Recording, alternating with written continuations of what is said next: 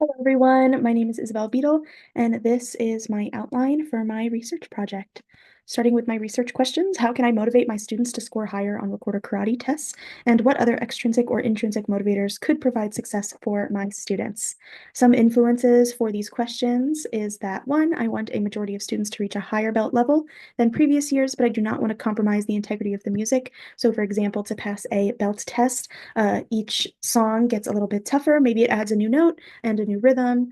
And so each song goes a level up and a level up and a level up from before. And that's what causes you to get the different belts of the karate unit. And number two, my current intrinsic and extrinsic motivators are not enough for the majority of my students to prepare for a song test when expected. My intrinsic motivators right now are positive affirmations, like my little motivational penguin over there. And I have a lot of extrinsic motivators that are prize tickets. So, for example, students can choose to move their seat near a friend. They can pick a small prize or a piece of gum for later on, like 100% on an assignment, sort of those types of prizes as extrinsic. I have two sources that hopefully will get me to the answer for my research questions. Number one is Recorder Instructional Unit addressing the national standards utilizing the Kodai approach. That's a lot, but here is a summary of what is in that. My citation is over to the left, and the study is focused on making reasonable combinations of the Kodai method and the NAFME standards. It suggests that students can have an easier time playing the already known folk music from the general music classroom. Some gaps in this study is that lessons are for students who have been Kodai trained up to grade 3. So if that does not fit your situation, then it's probably not a great study for you to use or abide by.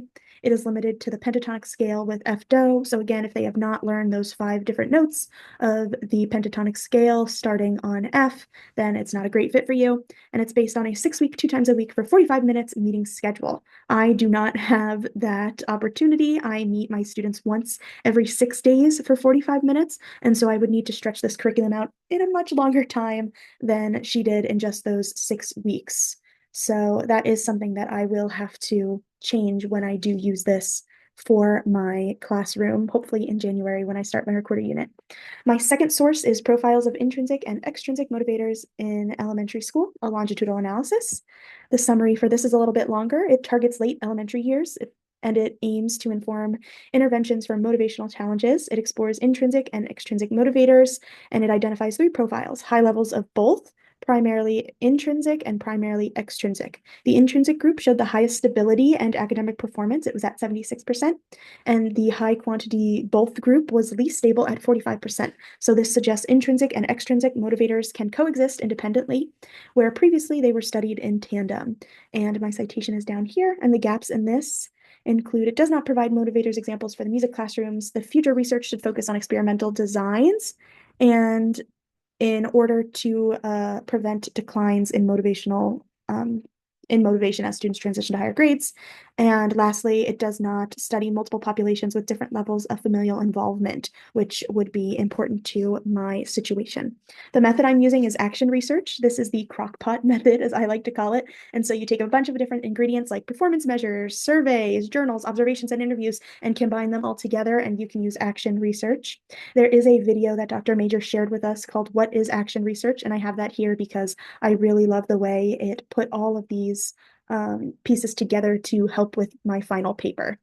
To collect data, I have a bunch of different ways to collect qualitative and quantitative data. If you would like to go down that list and read, you can. But in the end, for qualitative data, I can organize the responses into a cluster map, and my quantitative data I can organize into graphs. And then we have our why. Why am I doing all of this? Mostly I wanted to connect to my philosophy of education, which I worked on previously in another Westchester class. It will improve my rapport with students, so they will have a positive association with me rather than a negative based one on testing and musical instrument introductions. And then I hope that it will better connect to my methods of Orphan Kodai as I'm getting my master's at Westchester and certified in both of these fields.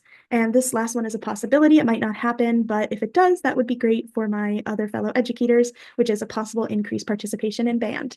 Lastly, I made some protocol documents like recorder reward tickets, reward certificates, ranking forms, open-ended forms, consent and assent forms, just in case anything ever does come of this study. And that is my entire research project outline.